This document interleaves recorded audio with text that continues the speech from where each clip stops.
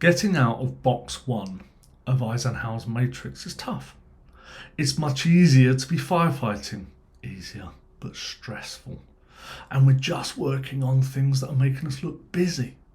But where we make the real difference is to get into box two. Those tasks that are important, but not yet urgent. Let's have a look at the 4 solutions that we've talked about. The meerkat, looking up and seeing what's coming at you, rather than waiting for it to hit you in the face. The second one is the rabbit, getting things running, starting things off, and we'll come back to some examples in a moment.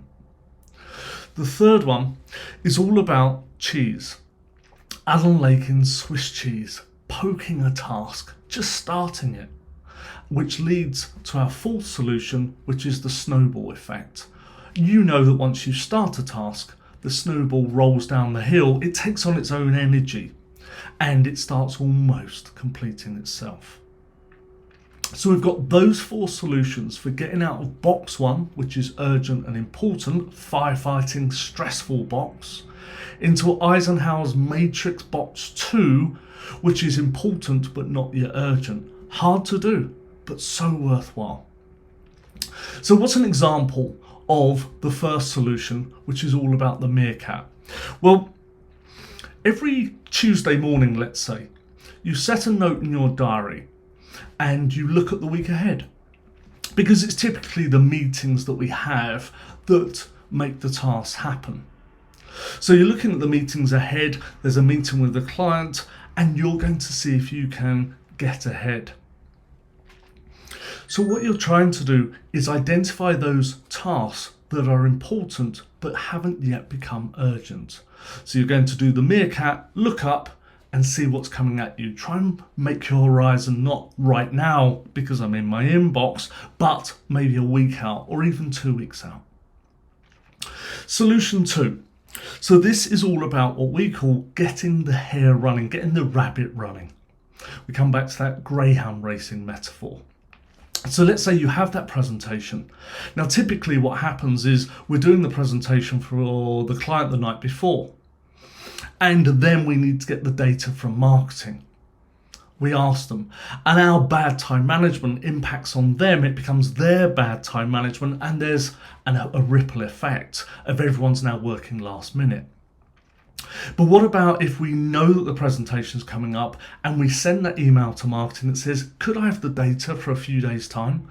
And then when I get to it, which will be a few days before I actually have to present, I've got the data ready.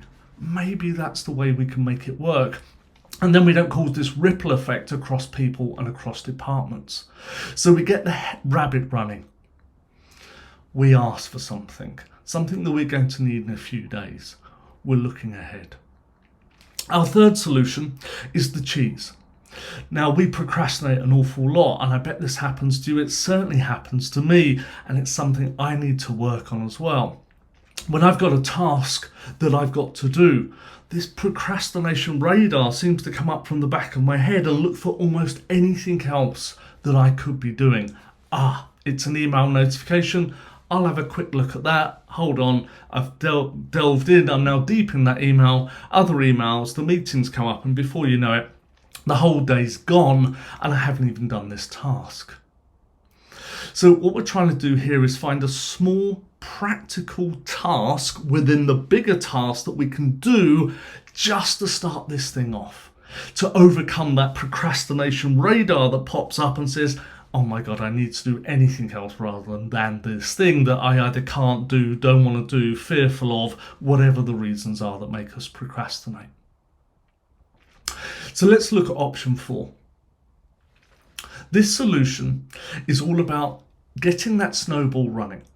So what you're trying to do is, let's say you have a task and you do the poking of the Swiss cheese, and that makes the task happen. Then the snowball is all about allowing that to fall down the hill.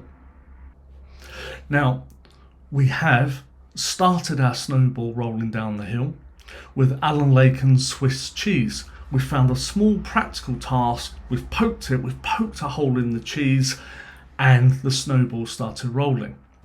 So an example might be moving house. If you were to write moving house on your to-do list, you would struggle. It's too big, your brain can't wrap its head around it, so you just go, no, I'm going to procrastinate.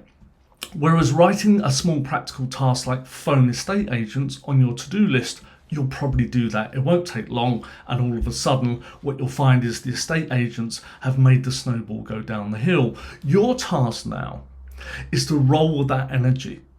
Allow the snowball to roll down the hill. Keep feeding it, keep allowing it, not procrastinate anymore. So when the estate agent calls you back, I need this information. Would it be all right if we start your mortgage? Allow that to happen. Don't be a blocker. Don't stop the energy of the snowball rolling down the hill. That's your part. Once you've got it moving, don't block it. So we've got 4 solutions here. We've got the meerkat, the rabbit, the Swiss cheese, and also the snowball. Now, you may only adopt one of these to get out of box 1 and into box 2, and that's okay. Changes in behaviour are hard, and you've seen that through the rest of this training course. They're hard to adopt, but so worthwhile.